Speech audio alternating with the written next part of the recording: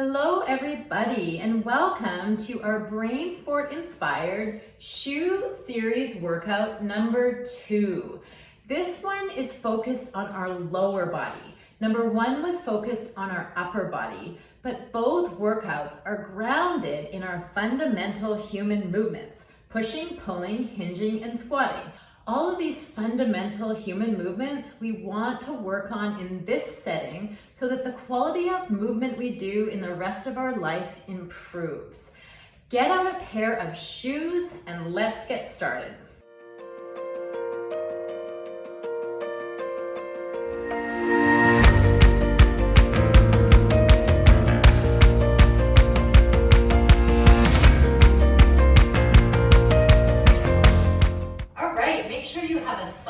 Surface below you, and then we'll come into a 90-90 position as best you can organize in your body. Then turn your torso towards the front leg. So we've got these 90-degree angles in our legs, and then we're turning forwards towards the front leg. From there, we'll swivel and shift over in the other direction, moving through our hip joint.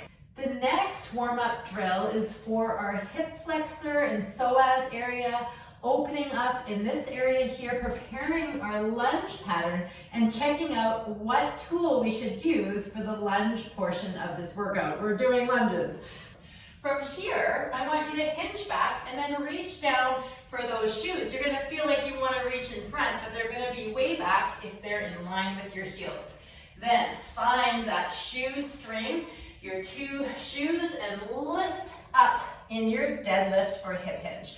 Okay, so you're holding onto the shoes here, and then you're hinging back, sending the hips back first, then the knees. Fingertips into the ground, curl the toes, gather the shoulders in, so externally rotating the shoulders, finding that broad collarbone, and from here, lifting the knees up off the ground, holding for 5, 4, 3, 2, 1, and balance those shoes on top of the soles of your feet.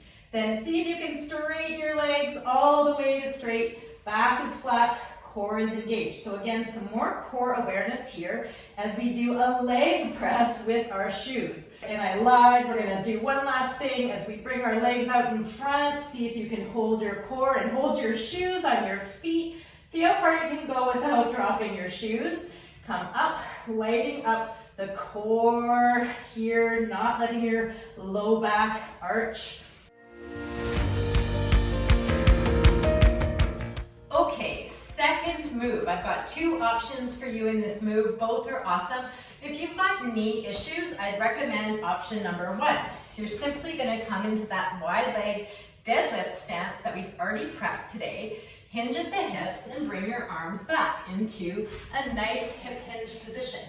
Then from here, whoop, up. So this is our kettlebell swing. We come from a backwards position here, hip hinge, whoop, up to a plank position, bringing our ribs close to our hips, locking out our shoulders, locking out our glutes and legs. Inhale, whoop, exhale. Lots of force, lots of power in the details to get the most out of this move. Inhale, whoop, exhale. A couple more times.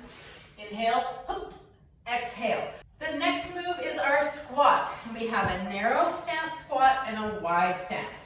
Again, a little bit of turnout in the toes is usually better for our hips and therefore better for our knees. So play with that. Out to the sides and in. Down in the center and out to the sides. Back in, narrow stance. This is our tall sit in the Turkish get-up, and then our bridge. And down about 5 times. Up and down, again, up and down. This is a workout, I'm sweating. Up and down, one more time. Up and down. Okay, back leg, back toe, and then simply hinging to your standing position. Let's try that 5 times on the first leg. Hinge and come up. And that standing leg is the one that's getting the work. Back and up, and step back into the lunge. Open out, then slide the hand down the thigh in front of the knee. Here's our windmill. Come back up, close in, and stand. We're gonna repeat that 5 times on this side. Step back, hinging, and planking. And you can get a lot out of this movement if you engage, okay? So it's all about those details in your posture. Okay, setting up for our 3rd round of hip hinges, choosing your option. Okay, so you're coming into your hip hinge, inhale, exhale, leap. Okay, break dance time. Round number 3, we'll do 3 on each side. Add the shoe if you so choose. Right leg bends, right arm straight up to the sky. Find that broad collarbone and open shoulder position. And finally, round number 3 ends with our single leg deadlift. 3 on each side. Balance that shoe on your low back for alignment in your hips. Parallel legs, soft bend in the knees. Lengthen back with that hip hinge, core engaged. Ribs towards the hips, then come back. Inhale, hoop. Exhale. Again, inhale, hoop. Exhale, that's 3. Last one, finding that great alignment at the bottom of your hip hinge.